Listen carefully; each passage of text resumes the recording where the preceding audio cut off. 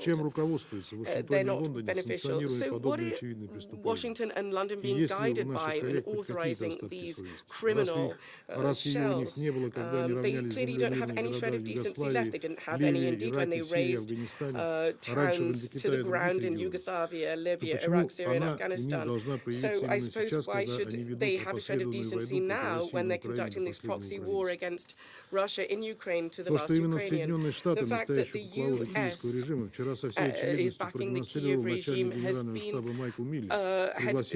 proved by Michael Miller, the head of staff, who in real time using satellites is monitoring the situation on the battlefield, but he didn't hide the fact that all of the intelligence gathered is helping them. So, in other words, Washington has no desire whatsoever to end this war. This war is just something that is enriching America. We've talked about that in previous meeting about the outrageous profits of Western corporations, most of which do not leave the territory of the US and other Western backers of the Kiev regime. Recently, there's been much testimony about the unprecedented levels of corruption here. Talking about grey areas that have been harnessed by the US to supply arms to Ukraine, I'd just like to talk to you about one more issue. Recently, the American media published information about the role of the arms trader Mark Morales, who back in 2009 was accused in the US of money laundering. Thanks to his contacts with the Pentagon and also his personal ties with the Ukrainian military command, his firm has become an important chain in supplying arms and ammunition for Soviet production systems in Ukraine. As a result, Mark Morales has enriched himself to the tune of hundreds of millions of dollars. So a businessman is getting contracts from the US government to supply arms to another state with its backing. You can only imagine the network of corruption here, not only in front, that's taking place in front of the US administration, but with its direct support. And we understand from journalists that this work started at least a year before they started the SMO in Ukraine. We can say that our greedy American colleagues, do they really want peace here? We've seen that greed runs through their very veins. According to the New York Times, in Texas, in Mesquite, there's a new factory being built for artillery shells for the Ukrainian army. It's noteworthy that when sensible voices were raised in the area about the insane supply to the Kyiv regime of arms, these people were severely criticized. Do you know why? Well, a newspaper is published, and this is a quote, this information. This creates jobs for people. Why would they be working against the interests of the people that they're supposed to represent?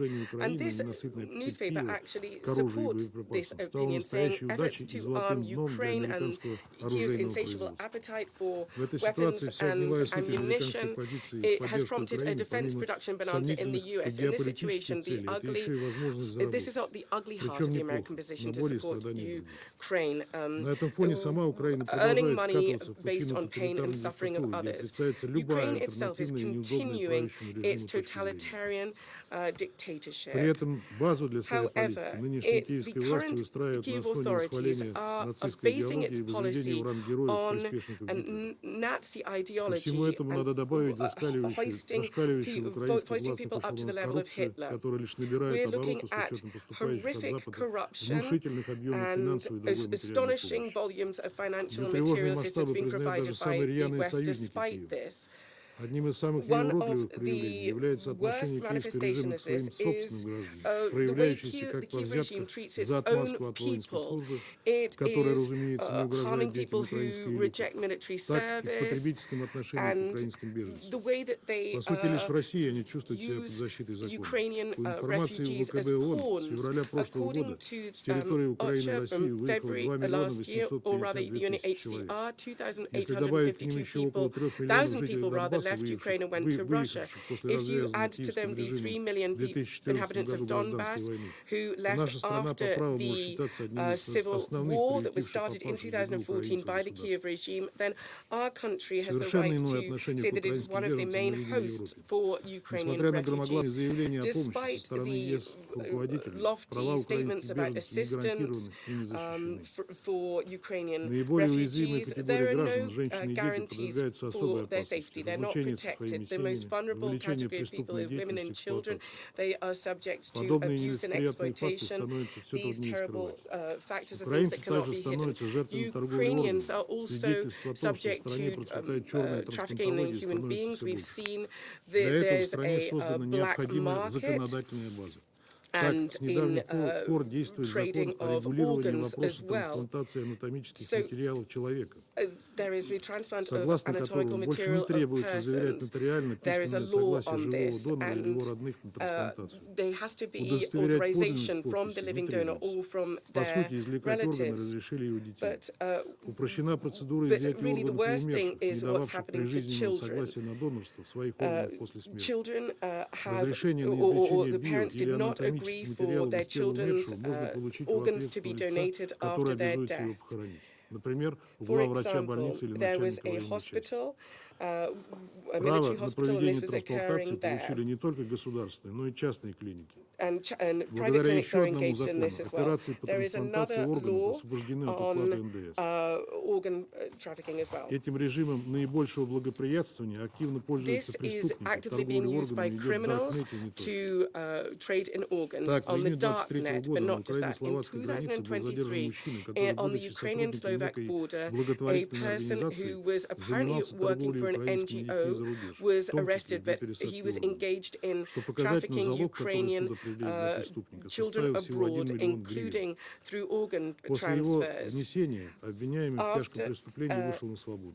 But he was arrested, but then he was released, and now he has gone without a trace. It is clear that the Ukrainian government is covering up this bloody business. Is this something that our Western partners are going to be worried about? I highly doubt it. We should talk about the crimes committed by the Kosovan fighters with the connivance of the Albanian backers and the connivance of the occupying NATO troops during the aggression after during the war in Yugoslavia. For example, there is documented evidence that from 1990 captured 300 Serbs, Gypsies, and unloyal Albanians. They used their organs to traffic to Europe, and the so-called donors were detained. They were detained, and then their organs were extracted, and they were sent through the Renans airport. All of these heinous crimes were described in a book by the ICTY, Carlo Del Ponte, a prosecutor called Chase, and myself, and military and war criminals rather, and also the Parliamentary Assembly of the Council of Europe. Dick Marty's report dated the 7th of January 2011. Confidential material was prepared on the 30th of October 2003 by UNMIC as well. There was a delegation that went there from the ITCY and UNMIC to Burel in Albania to collect evidence. But unfortunately, in 2005, the Prosecutor's Office of the ICTY destroyed all of the evidence that they collected during that trip. In Albania in 2008, Serbia made a proposal, or on the proposal of Serbia, there was a proposal of Serbia, by the way, to conduct a joint investigation into all of this. But unfortunately, no bodies were found, and so without a body, there's no crime. At the same time, we all know that after 2000, the Kosovan organ transplants continued their criminal business in cooperation with organized crime groups based at the medics clinic in Pristina. And the victims of these crimes were people from Eastern Europe and Central Asia. So all of this was something that the NATO countries didn't pay any attention to. And so it is Ukrainian women and girls who are really facing the most risk, given everything that I've said. So I would urge international organizations and others to pay particular attention to protecting them. Thank you very much. I thank the representative of Russian Federation for their statement. I give the floor to the representative of the United States. Thank you, Madam President. And thank you, High Representative Nakamitsu, for your latest briefing on this issue today. Your leadership and the continuing efforts of the UN Office for Disarmament Affairs in the global effort to counter weapons diversion remain essential. Madam President, this is the 5th meeting Russia has requested on this subject in 6 months. This latest request is yet a further signal, as though we needed it, of the depth of Russia's cynicism and willingness to waste the Security Council's time, attention, and resources. Russian officials seem to continue to think they can distract us from the Kremlin's actions undermining international peace and security, including through Russia's irresponsible nuclear rhetoric, through its ongoing efforts to unlawfully procure arms from the DPRK in violation of this very Council's resolutions, through procuring armed drones from Iran used to attack Ukrainian civilian infrastructure, and through endangering cargo vessels in the Black Sea. But Russia should disabuse itself of the illusion that we will be distracted from the darker reality we face. We won't be. We last met on this topic not even 4 weeks ago. Since then, Russia's daily rocket and drone attacks continue to hit Ukraine's civilian infrastructure and kill innocent people.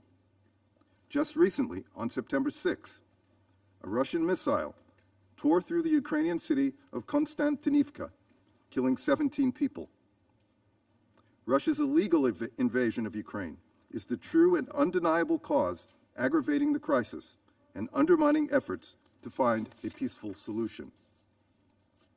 After the United States exposed the November 2022 transfer of infantry rockets and missiles from the DPRK to Russia's Wagner Group, we have warned that Russia is actively seeking to acquire additional munitions, including through leader-level discussions from the DPRK.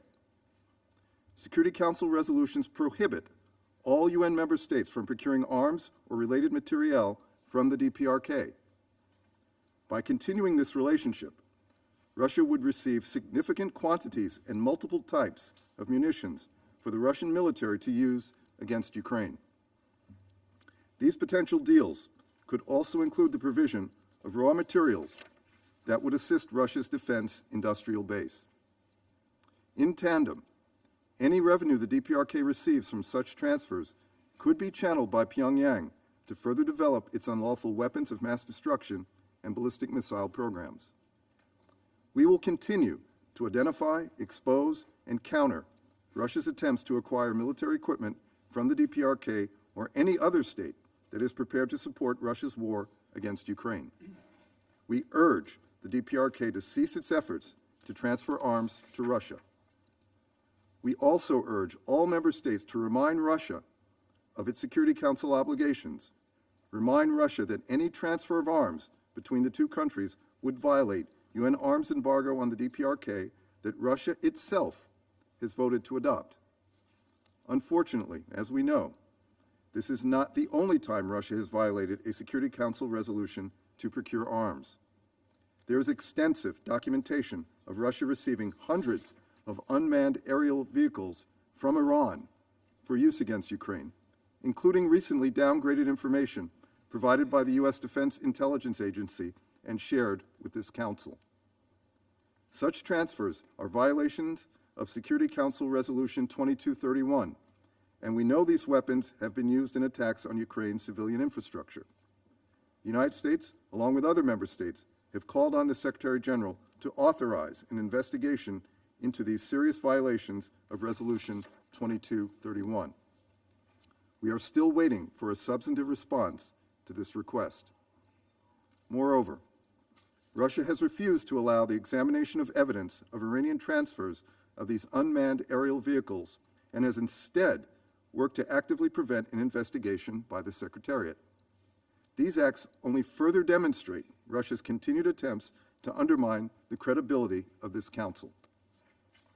The United States will continue to demonstrate its enduring commitment to supporting Ukraine's self-defense, including through the provision of arms and equipment that enable Ukraine to defend its territory and protect its people from Russia's unprovoked and unjustified war of aggression.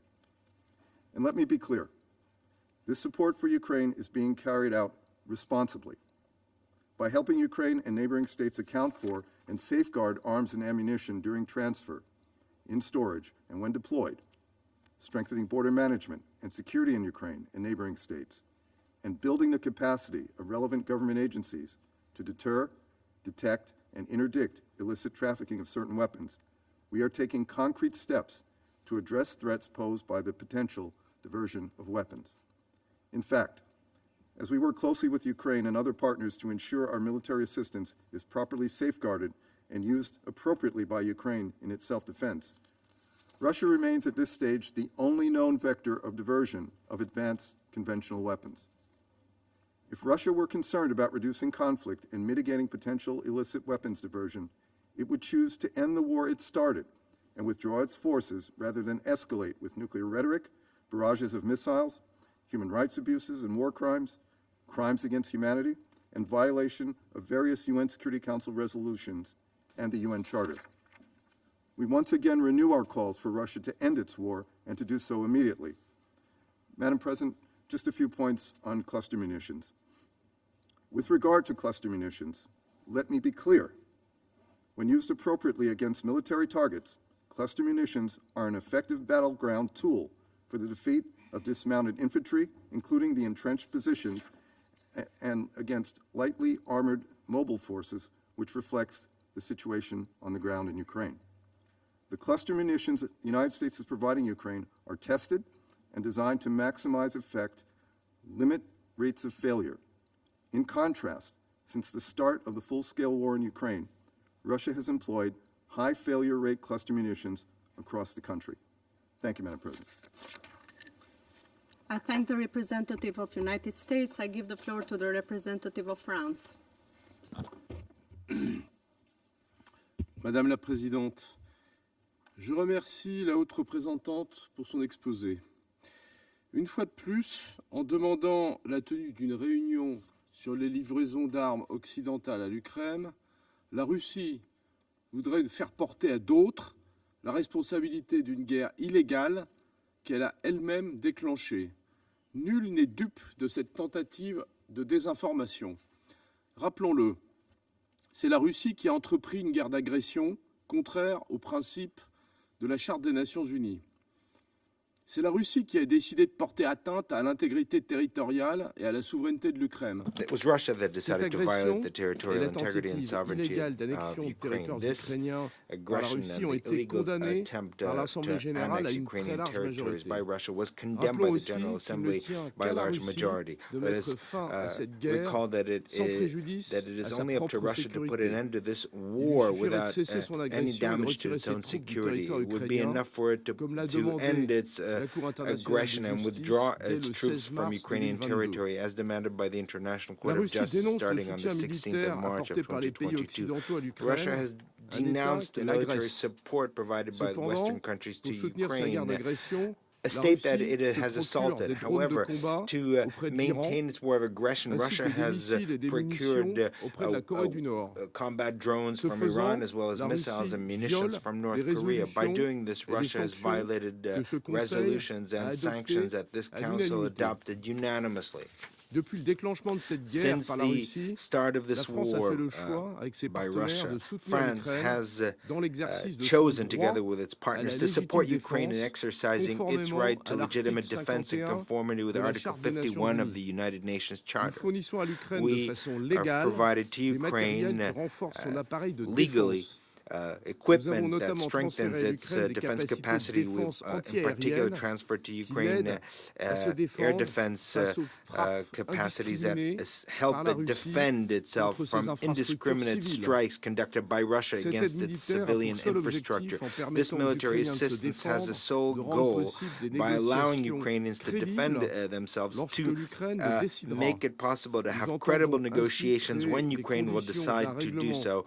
We hope to create the conditions for a diplomatic resolution that is just and lasting on the basis of international law. France will maintain its support as long as necessary, as it has committed itself to do together with its partners to help the Ukrainian people preserve its sovereignty and territorial integrity. For over a year and a half, this war has caused immense suffering for the Ukrainian people and has had catastrophic repercussions for the world, for the whole world, in particular for the populations of the most vulnerable countries, in particular in terms of food security. France will continue to be engaged in favor of a just and lasting peace. This can only be based on the respect for international law and the territorial integrity of Ukraine. Thank you. I thank the representative of France for their statement. I give the floor to the representative of United Kingdom. Thank you, President. And let me start by thanking High Representative Nakamitsu for her clear and expert briefing. President, this weekend, a Russian missile struck a car carrying humanitarian aid workers on the road to Bakhmut, killing 2 and leaving others badly injured. One of many attacks on those trying to deliver essential humanitarian assistance. Newly declassified UK intelligence reveals that Russia fired multiple missiles at a Liberian-flagged cargo ship in the Black Sea on the 24th of August. It is only thanks to Ukraine's air defences, which shot down the missiles, that Russia's attacks on this civilian ship failed. Russia's bombardment of Ukrainian ports and grain infrastructure has destroyed 280,000 tons of grain. That's enough to feed 1 million people for a whole year. In short, Russia is employing the tactics of a bankrupt aggressor that knows its military cannot win on the battlefield and instead seeks desperate ways to inflict pain on civilians and put pressure on the international community.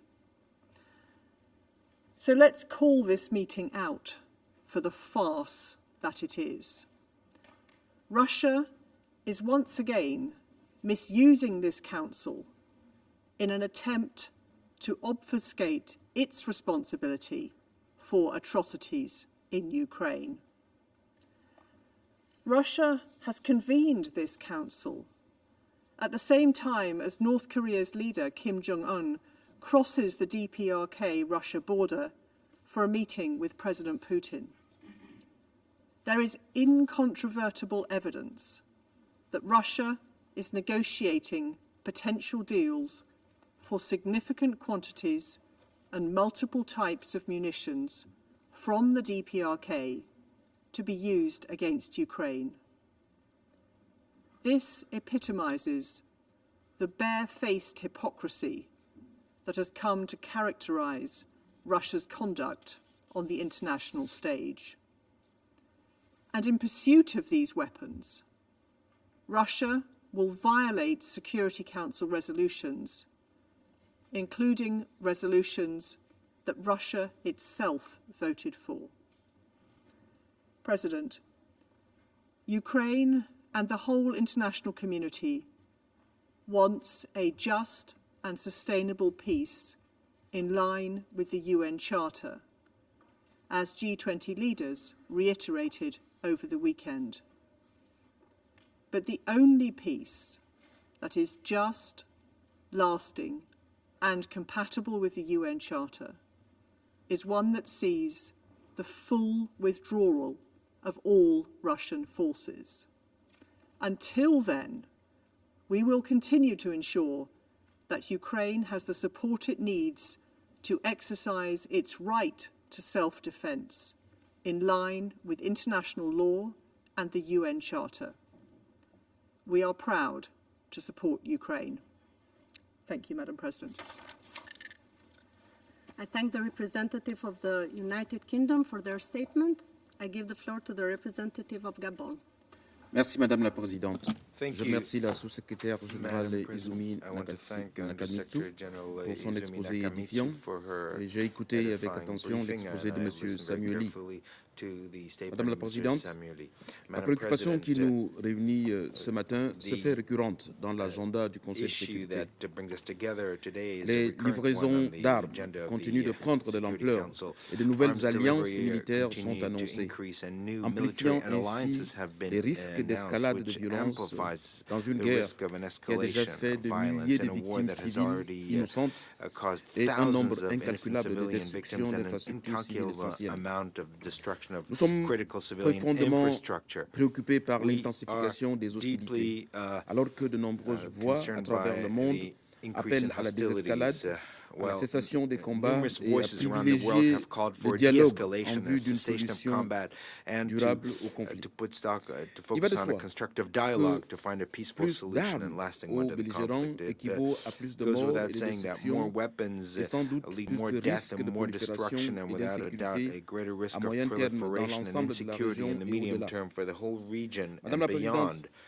Madam le President, réarmement massif des massive belligérants de la guerre en Ukraine of contribue à mettre à mal belligerents in Ukraine les efforts considérables consentis par la undermines communauté the internationale considerable en faveur du efforts of the désarmement international et de la community in favor non-prolifération of des armes de disarmament tout genre. and non-proliferation of weapons of L'augmentation all des sorts. flux d'armes dans la The région, increase que of ce the flow soit of pour des weapons to raisons the region, whether it's offensives ou de for contre-offensives, offensive or emporte counter-offensive manifestement le risque reasons, d'aggraver la situation. clearly Parce que runs the les risk of circulations peu aggravating the contrôlées situation d'armes et because de of munitions scantily ne feront controlled sans doute deliveries qu'alimenter la of belligérance weapons and munitions et rendre will encore plus only difficile fuel la belligerence recherche d'une and solution thwart efforts négociée. at mediation Bien entendu, by les making it more premières difficult to victimes find a seront peaceful solution. And encore of et course, toujours the des civils first innocents. victims of this will always Madame la be, Présidente, as always, il will est be innocent illusoire de civilians. part et Madam d'autre President, d'envisager it la is paix an en illusion by misant either sur une side victoire to militaire. strive for peace by L'acquisition banking on de a nouveaux stocks military d'armes victory. risque The surtout de acquisition of fragmenter new davantage stockpiles of la paix weapons will et further prolonger le shatter conflit peace and avec des prolong the conséquences conflict humanitaires plus graves. with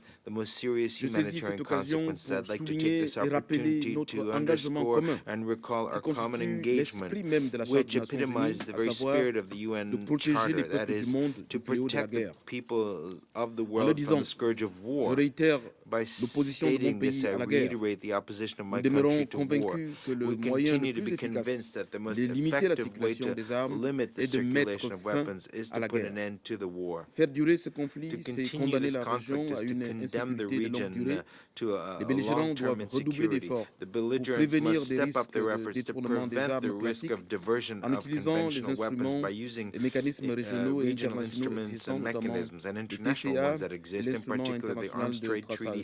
and the Nous appelons International toutes les parties à Tracing privilégier le Instrument. dialogue We call on all et à parties s'engager dans to des négociations de bonne foi put faith in afin de dialogue faire taire and to les armes commit to good et de faith jeter les negotiations in fondations order d'une paix durable to silence et d'une weapons coexistence and pacifique. to lay Je vous the remercie. groundwork for a lasting peace and peaceful I coexistence. thank the Thank you. representative of Gabon for their statement. I give the floor to the representative of United Arab Emirates. Madam President, I thank the High Representative Nakamitsu for her informative briefing, and I welcome Ukraine's participation in today's meeting. All member states of the United Nations have the right of self-defense and to manage their national security and defense system in line with the UN Charter. It is also vital that risks associated with the transfer, storage, and deployment of weapons are carefully managed. As we have seen in other contexts, the threats of weapons ending up in the hands of terrorist groups and other malign actors, which may target civilians and negatively impact security and stability, is significant. Preventing the diversion of weapons to such groups is of particular consequence. Given the interconnected nature of such challenges, it is critical that the competent national authorities protect against the risk of weapons diversion and that international actors cooperate as appropriate to bolster these efforts. This Council has recognized the need to address such risks in different situations around the world, including in December with the adoption of Presidential Statements 2022/7 condemning the flow of weapons, military equipment, unmanned aerial systems, and improvised explosive device components to terrorist groups. Last year, seated the Counterterrorism Center of UNOCT and UNIDIR released the technical guidelines to facilitate the implementation of Security Council Resolution 2370 of 2017 and related international standards and good practices on preventing terrorists from acquiring weapons. The technical guidelines provide practical tools that can support the development and implementation of national policies and facilitate international coordination. We encourage all member states to consult it as appropriate. Madam President, the most effective way to mitigate the risks associated with weapons transferred during wartime is to end the war. We therefore repeat our call for de-escalation and dialogue. The diplomatic path towards peace remains fraught, but is the only path that offers hope in bringing about a just and sustainable end to this devastating conflict, in line with the UN Charter. The UAE stands ready to support all genuine efforts to that end, and I thank you, Madam President. I thank the representative of United Arab Emirates for their statement. I give the floor to the representative of Ecuador. Señora Presidente, agradezco la exposición informativa de la alta representante para asuntos de desarme, Izumi Nakamitsu. Reitero una vez más la posición del Ecuador de rechazo a la violencia armada, la militarización y el armamentismo. Lamento una vez más que la invasión prolongada contra Ucrania continúe exacerbando el gasto militar global que en 2022 ya sobrepasaba los $2 billones. Sobre nuestra preocupación por los problemas para la paz, la seguridad y la estabilidad que supone la corriente entrada de armas y municiones a gran escala en cualquier situación de conflicto, reiteramos nuestro llamado a que se observen e incrementen los estándares de marcación, registro y trazabilidad de armas standards of marking, registering, and traceability for arms and Cualquier munitions transferencia are debe maintained acompañarse de and medidas further destinadas a made evitar el stricter. desvío, Any la transfer propagación of y weapons should escalada be del accompanied by conflicto. measures aimed at avoiding Estos esfuerzos diversion, además son claves en la continuation, or recuperación escalation of conflict. post-conflicto. Furthermore, these Asimismo, efforts todo suministro de should armas also o focus municiones on debe estar post-conflict recovery. sujeto a las Any garantías de delivery of respeto de los weapons or munitions principios should also be subject de to distinción, guarantees proporcionalidad of y the respect for the precaución principles of al distinction, momento del proportionality, empleo. and precaution Por esa when these razón, weapons are used. no For podemos this reason, apoyar we ni la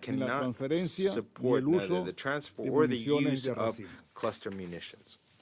Señora Presidente, Madam President, una potencia de ocupación, an occupying como lo es en power, este caso la as Federación de Rusia, in this case is the no Russian puede Federation, pretender que el cannot país expect invadido that an no invaded defienda a su country población, does not defend no its defienda su population territorio. or defend its territory. Lo contrario significa una The múltiple contrary negación would mean de la a Carta complete de las Naciones Unidas, refutation of the United Primero, Nations Charter.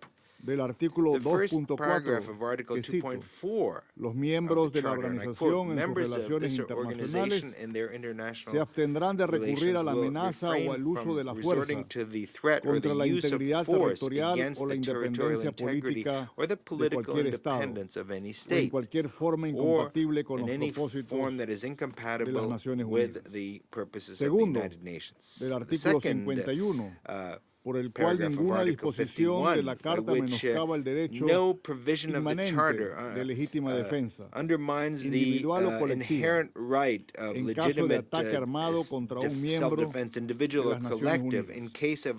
Tercero, porque en San Francisco, los pueblos de las Naciones Unidas resolvimos preservar a las generaciones venideras del flagelo de la guerra y con tal fin practicar la tolerancia y convivir en paz como buenos vecinos. Hoy se sigue infligiendo ese flagelo a las generaciones actuales ucranianas y rusas, con incalculables consecuencias globales. Por esa razón, le insistimos a la Federación de Rusia que detenga definitivamente su agresión militar neocolonial para silenciar las armas y dar paso a una solución pacífica enmarcadas en el respeto a los principios de las cartas based on respect for the principles of the United Nations Charter. Thank you. I thank the representative of Ecuador for their statement. I give the floor to the representative of Malta. Thank you, President. I thank High Representative Nakamitsu for her informative briefing and have taken note of Mrs. Hamoudi's statement. It is regrettable that the Russian Federation has once again called for a meeting to discuss the transfer of weapons from the West to Ukraine. This meeting, which is turning into a recurring one, is solely intended to push Russia's narrative to depict the aggressor as the victim and the victim as the aggressor. It is nothing more than a blatant attempt by the Russian Federation to justify the unjustifiable. It goes without saying that this alternative version of events conveniently leaves out the fact that on 24 February 2022, the Russian Federation chose to violate the fundamental principles of international law that binds us all and proceeded to launch an unprovoked war of aggression against its sovereign neighbor. These actions are even more serious and worrying when we consider Russia's role and responsibility as a permanent member of this Council that is entrusted with the maintenance of international peace and security. President, our response also remains unchanged. We once again strongly condemn Russia's senseless and illegitimate war against Ukraine. We reiterate our full support for Ukraine's sovereignty and territorial integrity within its internationally recognized borders. Equally, we underline Ukraine's right to self-defense as enshrined in Article 51 of the UN Charter. Russia's continued escalation through the use of missile and drone attacks all over Ukraine has killed and wounded more than 410 civilians over the past 2 weeks alone, and damaged civilian infrastructure. The recent missile attack perpetrated by Russia on a market area in Konstantinivka in the Donetsk region is the latest shocking development in a long string of atrocities since the unprovoked war of aggression. This is unacceptable. According to the High Commissioner for Human Rights, since February 2022, there have been at least 6,717 civilian casualties in Ukraine. These are mostly a result of the use of explosive weapons with wide area effects, including shelling from artillery, tanks, multiple launch rocket systems, cruise and ballistic missiles, and air strikes. Malta echoes the Secretary General's call to avoid the use of explosive weapons in populated areas. They cause indiscriminate harm and immense suffering. We stress once again that civilians and civilian infrastructure are not a target and urge Russia to cease these attacks. Attacks against civilians constitute war crimes. All efforts will be made for perpetrators to be held accountable. These reprehensible actions are the real obstacle to peace. Malta appeals once again for constructive dialogue and diplomacy to establish lasting peace, stability, and security. In closing, President, we urge the Russian Federation to end its hostilities and withdraw its military forces and proxies from the entire internationally recognized territory of Ukraine. Thank you. Thank the representative of Malta for their statement. I give the floor to the representative of Japan. Thank you, Madam President. I thank USG Nakamitsu and other briefers for their briefings. It is noteworthy that we are convened by Russia on the same topic yet again in so short a span of time. Throughout this period, member states who are committed to upholding the principles of the UN Charter have continued to support Ukraine, exercising the right of self-defense to ensure its sovereignty and territorial integrity in accordance with the Charter and international law. At the same time, we observe a flagrant violation of the UN Charter by Russia, which perpetuates its aggressions without relenting. The intensified cooperation by some member states with Russia that enables this behavior should not be overlooked.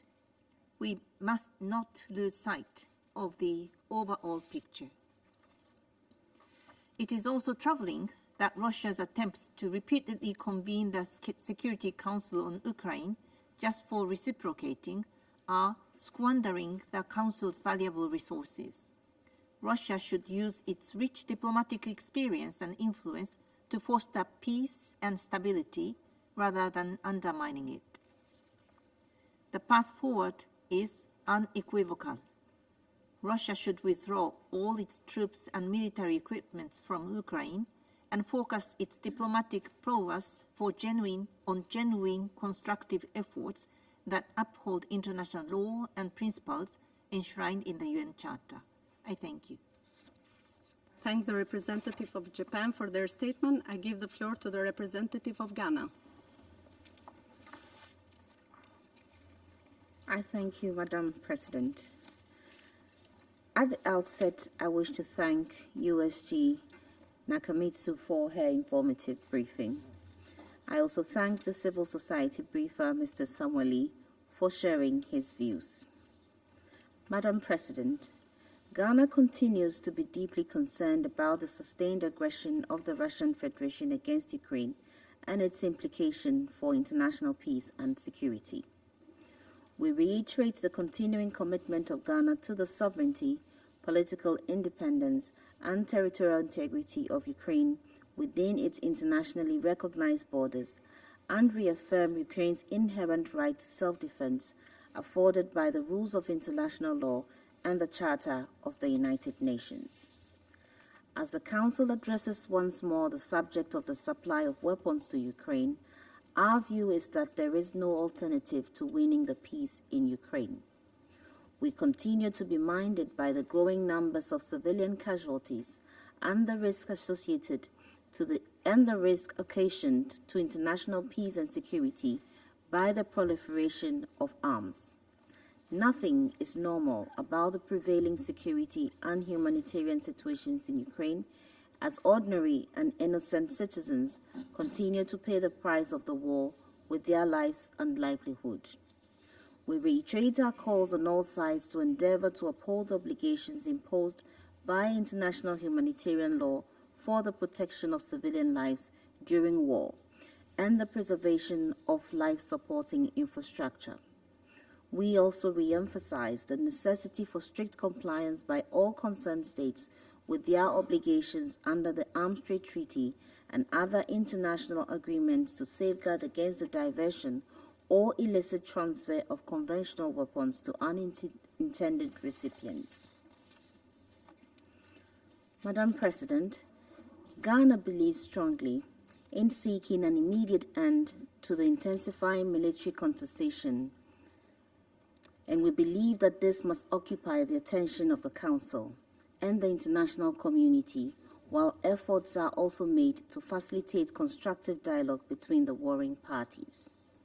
As we have stated in our previous statements in the Council, the security interests and concerns of the parties can best be addressed through peaceful means and not the barrel of the gun. We therefore encourage the drawing of lessons from past UN-mediated conflicts to support a peaceful, comprehensive, and lasting resolution of the conflict between the Russian Federation and its neighboring country, Ukraine.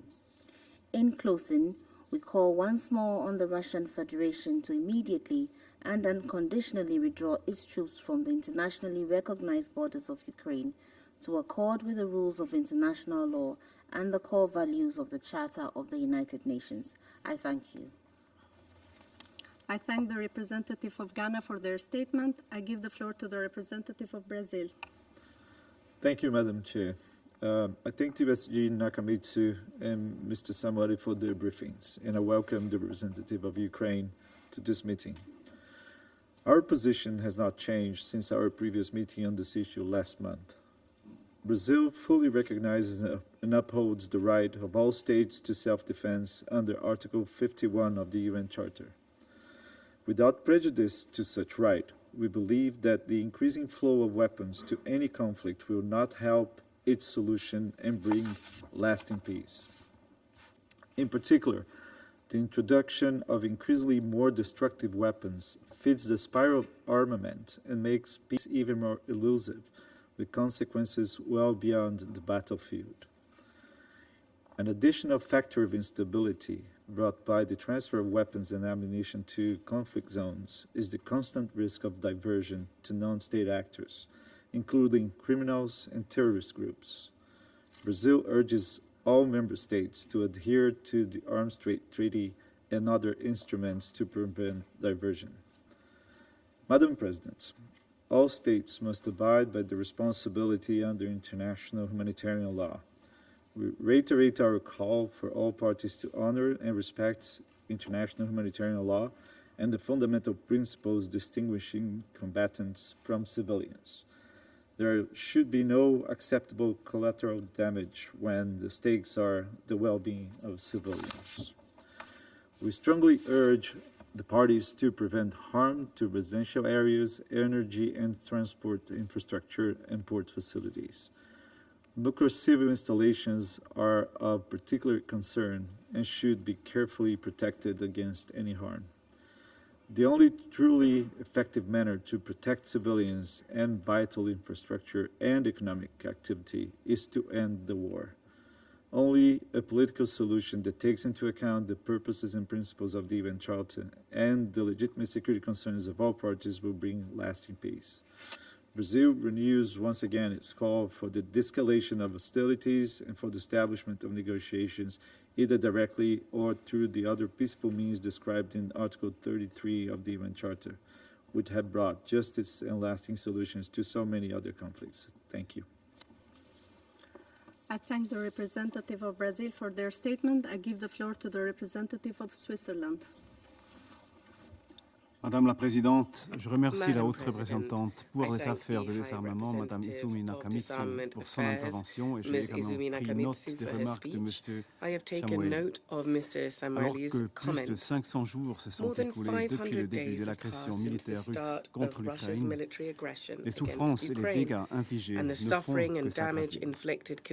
La Suisse condamne fermement les attaques perpétrées par la Russie qui ciblent les civils et les infrastructures civiles en Ukraine, civilian infrastructure in Ukraine or affect them disproportionately. Elles détruisent des vies They are et des destroying moyens de lives and subsistance. livelihoods, Elles obligent les gens à quitter leur forcing people to foyer leave their et génèrent homes des besoins and humanitaires generating immenses. growing humanitarian L'accès aux needs. services essentiels, y compris Access to l'éducation, essential est également services, affecté. including education, Seul is un also tiers des enfants affected. en Ukraine peut suivre un Only a enseignement third of children complet in en Ukraine can personne. receive a full education in person. En outre, les attaques In sur les addition, ports et les attacks infrastructures on céréalières ports and grain continuent. infrastructure continue. S'ajoutant à la décision de la Coupled with Russie de Russia's ne pas decision poursuivre not to l'initiative pursue de la the mer Black Noire, Sea ces Initiative, attaques affectent la these sécurité attacks alimentaire are mondiale. affecting global food La security. contamination des terres The agricoles contamination par of les mines agricultural land by et autres mines engins and explosifs other ne fait explosive qu'exacerber les devices difficultés only rencontrées dans exacerbates the difficulties l'exportation des produits encountered provenant in d'Ukraine. exporting products from Ukraine. La Suisse réitère sa consternation face aux effets de la guerre sur la population civile en Ukraine et au-delà. Ils représentent une conséquence directe de l'agression militaire de la Russie,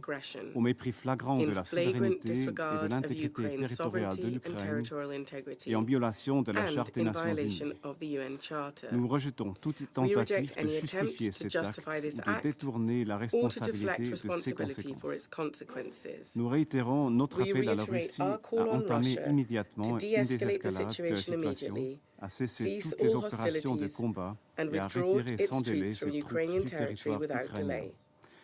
Nous rappelons également que l'Ukraine, comme tous les États, a le droit de se défendre, de défendre son intégrité territoriale et d'assurer sa sécurité.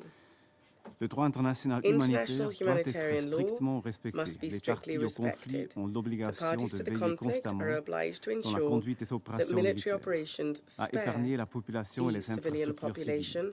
Face à la triste nouvelle de 2 volontaires humanitaires tués et de 2 autres blessés dans la région de Donetsk ce week-end, je rappelle qu'ils sont eux aussi protégés par le droit international humanitaire. Cet incident s'ajoute à plus d'une centaine d'autres qui ont déjà entravé les opérations d'aide en 2023. Les actions humanitaires sont particulièrement difficiles à mettre en œuvre dans les territoires sous contrôle militaire de la Russie. Il est fort inquiétant que l'Est de l'Ukraine soit devenu de plus en plus dangereux pour les travailleurs humanitaires. La Suisse réaffirme sa solidarité avec les Ukrainiennes et les Ukrainiens. En redoublant nos efforts humanitaires et de consolidation de la paix, nous plaçons leurs besoins et leurs exigences au centre. Nous promouvons un processus de reconstruction inclusif et participatif. Et nous soutenons la justice pour toutes les victimes ainsi que la lutte contre l'impunité. Enfin, la Suisse salue et soutient les efforts diplomatiques déployés pour parvenir à une paix globale, juste et durable en Ukraine, conformément aux principes de la Charte des Nations Unies. Je vous remercie. I thank the representative of Switzerland for their statement. I give the floor to the representative of China. 主席女士。 Madam President, 我感谢中版权高 I 级代 thank 表和 High 萨摩利先 Representative 生的通 Nakamitsu 报。 and Mr. Samuli for their briefings. 乌克兰危机延宕至今， As the crisis 国 in 际社会 Ukraine 普 has 遍希 dragged 望早 on to 日 this 停 day, 火止战。 the international community 越来 widely 越多的 hopes 国 for 家 an 提 early 出和平 ceasefire, 倡议， and more countries have put forward 但大 peace 量武器装备 initiatives. 仍 Yet 在 a 流入 large 战场， number of weapons are still 且 flowing 品 into 种 the 数量 battlefield 和杀伤力 with greater 不断 quantity, 增强， variety, and 导致 lethality, 地面战事 leading 蔓 to 延 the 升级， expansion and escalation of the 平 fighting 民 on 伤 the 亡 ground 与日 and 俱增， increasing civilian 局 casualties, 势陷入 and 恶 plunging 性 the 循环。 situation into a vicious cycle. 在此前安理会的审议 During 中， previous 中方 council 已经多 deliberations, 次 China 就 has 此表达忧 repeatedly 虑和不 expressed 安。 its apprehension and concern in this regard. 军事对抗不是乌克兰危机 Military 的出路， confrontation is not the 对 way 话 out 谈 of the 判 Ukrainian 才是 crisis. 恢复和 Dialogue and 平的根本 negotiations 之 are 道 the。fundamental way to restore peace. 我们期待有关方 We 面 hope that 积极 the 回应 parties 国际社 concerned 会的 will 期待和 respond 呼声， positively to the 保持 expectations 冷 and 静克 calls 制， of the international community, 相向而 maintain 行， calm and 寻 restraint, 求共 meet 识， each other halfway, 避 seek 免 consensus, and 加剧紧张。 avoid aggravating tensions. 日前结束的20国 The 集团 recently 领导人会议 concluded 发表联合 G20 声明， Leaders Summit issued 就 a 乌克兰 joint 问题发出 statement 一致 sending 信息， a unanimous message on 这是 Ukraine. 有关各方共 This 同 is 努力、 the outcome 相 of 互妥 joint 协的结 efforts 果， and compromise by all parties 也是国际 concerned, 社会乐 and 见 a 的 positive 积极 sign 迹象。 that the international community welcomes. 希望安理会 We 能 hope 从中 that the 汲 Security 取智 Council 慧 will 和 draw 经 on 验， its wisdom and 避 experience 免扩大对立分歧， and avoid 更多激 widening 发正向互动， the differences and 切实发 division, 挥国际集体安 stimulate 全 more 机制 positive 核心的 interaction, 作用， effectively leverage the 用好 core 宪章赋 role 予的 of the 和平解 international 决争端 collective 工具， security mechanism, make good 促 use 进 of 各 the 类和平 Charter's 倡议的 tools 落 for 实， the peaceful settlement of disputes, 推动形势 promote the implementation 逐 of 步朝 various 着 peace 和平 initiatives, 稳定的 and 方向 push 发 the 展。 situation towards the direction of peace and stability. 最后，我要重申， Finally, I wish to 中方 reiterate, 在乌克兰问题上始 on 终 the 主张 question 各 of 国主权、 Ukraine, 领土完 China 整 has always 都应得到 maintained 维 that 护 the，sovereignty and territorial 联合国 integrity of all 宪章的 countries 宗旨 should 和 be 原则都应 safeguarded. 得到遵 The 守， purposes and principles 各 of the 方合 UN 理安全 Charter 关 should 切 be 都应得到 respected. 重视， The legitimate 一切有 security 利于和 concerns 平 of 解 all 决危 parties 机的 should 努 be 力 taken seriously, 都应 and 得 that 到 all 支持。 efforts conducive to the peaceful 我们 resolution 愿 of the 同有关各 crisis should 方 be 继 supported. 续加强对话 We're 沟 ready 通， to continue to strengthen 为推 dialogue 动 and 乌克兰危机 communication 的政治 with 解 all 决 parties and play a 发挥 constructive 建设 role 性作 in 用。 promoting the political settlement of the Ukrainian 谢谢。 crisis. Thank you. I thank the representative of China for their statement. I give the floor to the representative of Mozambique. Madam President, I thank the presidency of Albania for convening this briefing. I also thank the High Representative for Disarmament Affairs, Ms. Izumi Nakamitsu, for her briefing. I wish also to thank Mr. George Samuel for his perspective on the ongoing conflict. Madam President, the persistent conflict between Russia and Ukraine, exacerbated by the surge in weapons transfers, poses a grave and imminent threat to global peace and security. Now, as the military hostilities mark their 565th day, without any visible prospects for a settlement, we must brace ourselves to the grim reality of a prolonged war, characterized by devastation, attrition, an increasing toll on innocent civilians, and the consequent dire humanitarian situation. Mozambique has consistently voiced its concerns, and we again urgently call for an immediate cessation of hostilities. We maintain that this remains the best hope for a peaceful resolution of the armed conflict. Madam President, regrettably, the eagerness to find common ground and compromise seems to be conspicuously missing among the warring parties. Instead, there seems to be an inclination to await favorable outcomes determined by sheer military might. With every passing day of the conflict and the swelling stockpiles of weaponry, the trepidation of misjudgment or oversight leading to a further wide-ranging confrontation only grows. Madam President, Mozambique is concerned that a relentless escalation in both military posturing and arms accumulation may inevitably push us closer to a precipice. Over the years, this timid council has enacted resolutions defending peace and international security. It is in this line that the UN Security Council must persist as a pivotal advocate for the respect of their binding decisions, continually reminding every faction embroiled in this conflict of their obligations as members of the United Nations. This includes a strict adherence to the laws of war and the inviolable sanctity of civilians' lives.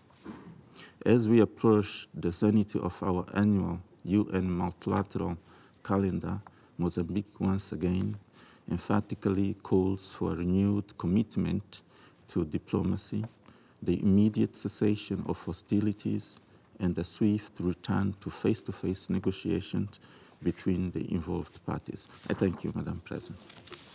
I thank the representative of Mozambique for their statement. I shall now make a statement in my capacity as representative of Albania. Thank you, USG Nakamitsu, for the briefing. Colleagues, no matter how much one can try to shift the attention of the Council and of the UN through such meetings, nothing will change the fundamental issue at hand. An unjust and deadly war is going on, and the country is deliberately destroyed because in the minds of the perpetrators, it has to be punished for bad behavior. We have brought the issue of crimes committed in Ukraine many times, and for good reasons. After the Commission of Inquiry, after the Moscow Mechanism, after the SRSG on sexual violence, now it's the turn of the United Nations Special Rapporteur on torture and other cruel, inhuman, or degrading treatment or punishment, Alice Jill Edwards. She visited Ukraine from 4th to 10th of September. Referring to the findings on the atrocities by the Russian troops in Ukraine, the preliminary report states, among others, that these grievous acts appear neither random nor incidental, but rather orchestrated as part of a state policy to intimidate, to instill fear, to punish, or to extract information and confessions. This should have been our focus today, instead of another attempt to artificially overload the work of the Security Council with topics of convenience. The core issue is and will remain for as long as this war goes on. Russia has initiated an unprovoked and unjustified military aggression against Ukraine, representing a threat to European security with an economic and humanitarian impact worldwide. The General Assembly of UN, the ICJ, and other international bodies have clearly condemned this aggression as violation of UN Charter and international law. The international community remains committed to support Ukraine politically, diplomatically, economically, and militarily, to defend its country, the UN Charter, the peace and security in Europe, and the international rule-based order.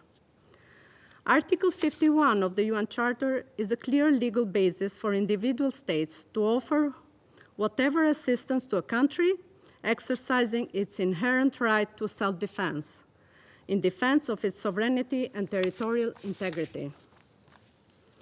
We reiterate that the arms transfer to Ukraine has been conducted in accordance with national legislation. The Arms Trade Treaty, the obligations arising from this act, and the assessment of the risk of diversion. An ad hoc commission established by the Ukrainian parliament is responsible for monitoring the entire process so that weapons are used for defense purposes and do not fall in the wrong hands. While Kremlin seems concerned that the arms supplied to Ukraine are prolonging the conflict, it is desperately looking for weapons in the DPRK and Iran. This is another violation of the UN Security Council resolutions that have clear restrictions on such activities with these states. According to this logic, the so-called Western arms supply to Ukraine is prolonging the war, whereas the arms supply from DPRK and Iran to Russia, it seems, contributes to peace. We are talking about a permanent member of Security Council, the same tale as we are today. Again, the attempt of Russia to establish similarities between its military aggression in Ukraine and the Republic of Kosovo. It is and remains a desperate attempt, which we refute. What is even more ridiculous is the recycling of the most absurd complot theories ever, the so-called organ traffic in Kosovo and Albania. No one, I repeat, no one, including ICTY, who investigated for several years, has ever found any evidence to such claims. And this for the simple reason that there is not any. Now Russia is trying to use the same tale, the same arguments against Ukraine. No one is surprised of this propaganda, but it is unfortunate that the Security Council is used for such international distorted narrative to hide their crimes, which in turn have been verified, documented, and will one day be presented in a court law. The problem is not Kosovo. The issue here is the Russian aggression and its consequences. And in concluding, the arms supplied to Ukraine are the consequences of the Russian military aggression. Therefore, only Russia can bring it to an end by withdrawing its troops from the internationally recognized borders of Ukraine and giving the peace efforts a real chance. I resume my function as President of the Council. The representative of Russian Federation has asked for the floor to make a further statement. I give them the floor.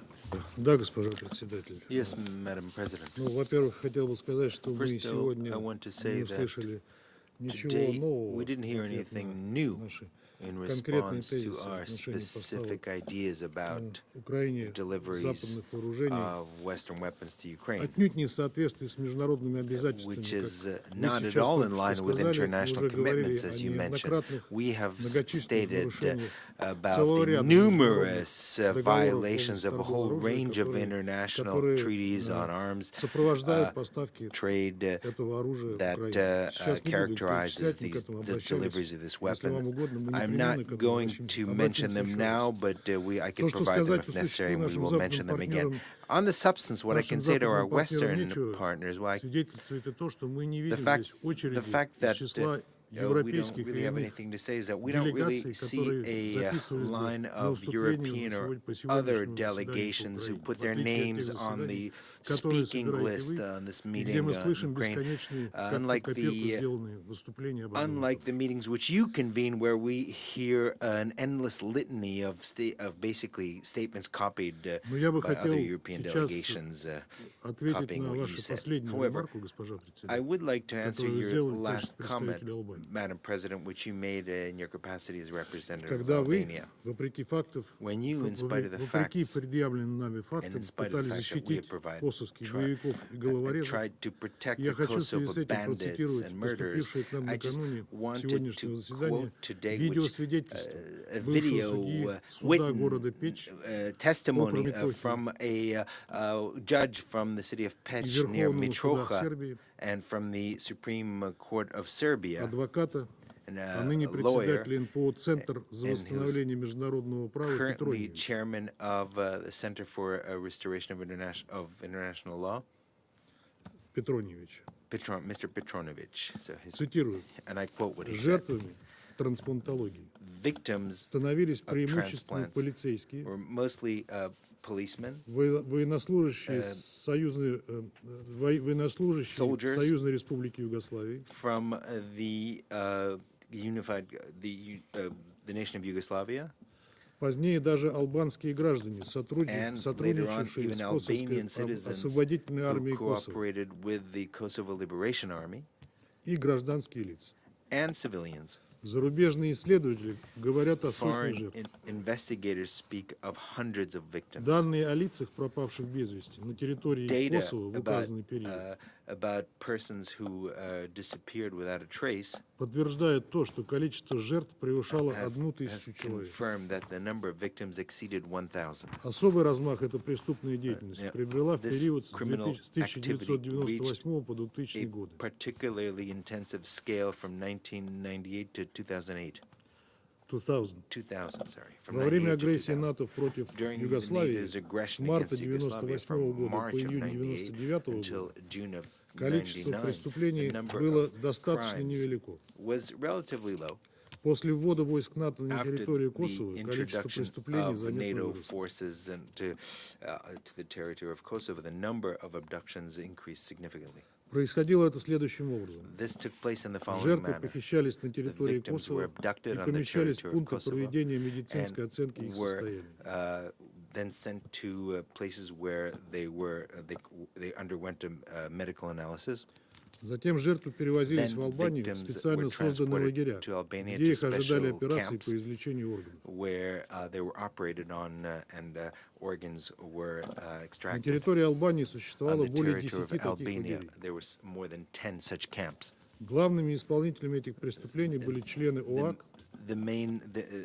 Those who conducted these operations were members of OAS, of the Kosovo Liberation Army, KLA, who received information from Albanian special services, and on the territory of Kosovo, representatives of NATO assisted KLA fighters, because without the assistance of NATO, the number of victims would not have been as high. The main problems in investigating crimes on the territory of Kosovo and Albania was the fact that NATO leadership concealed these crimes.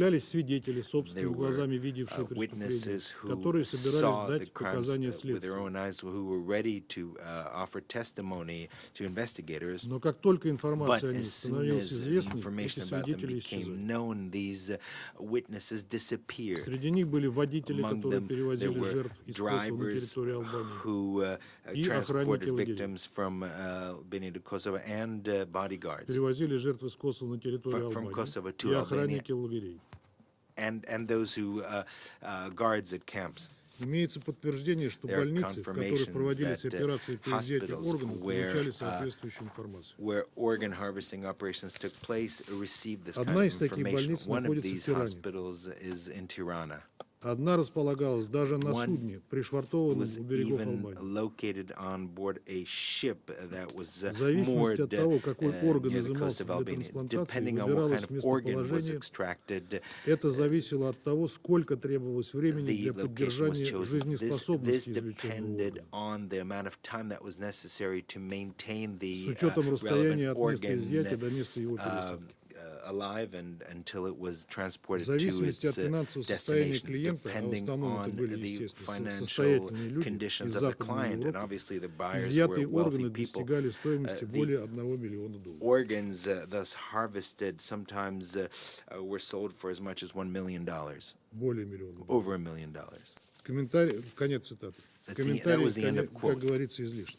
С учетом хода нашей дискуссии сегодня мы намерены разместить этот материал на своих информационных ресурсах для самого широкого ознакомления международной общественности.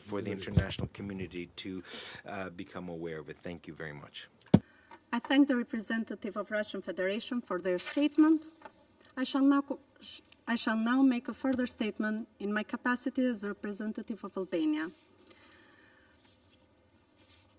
I will not continue with the tale of the organ trafficking, but I will stress that NATO's operations in Kosovo in 1999 followed over a year of intense diplomatic efforts by the UN and the contact group, of which Russia was a member, to the end of the conflict.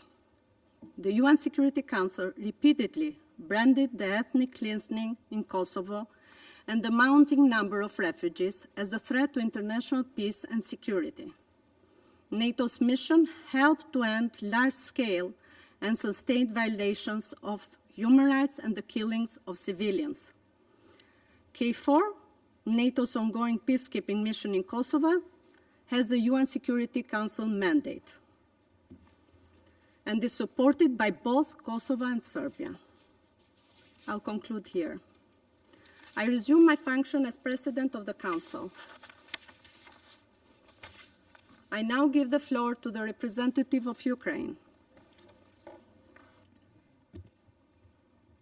Thank you, Madam President, distinguished members of the Security Council.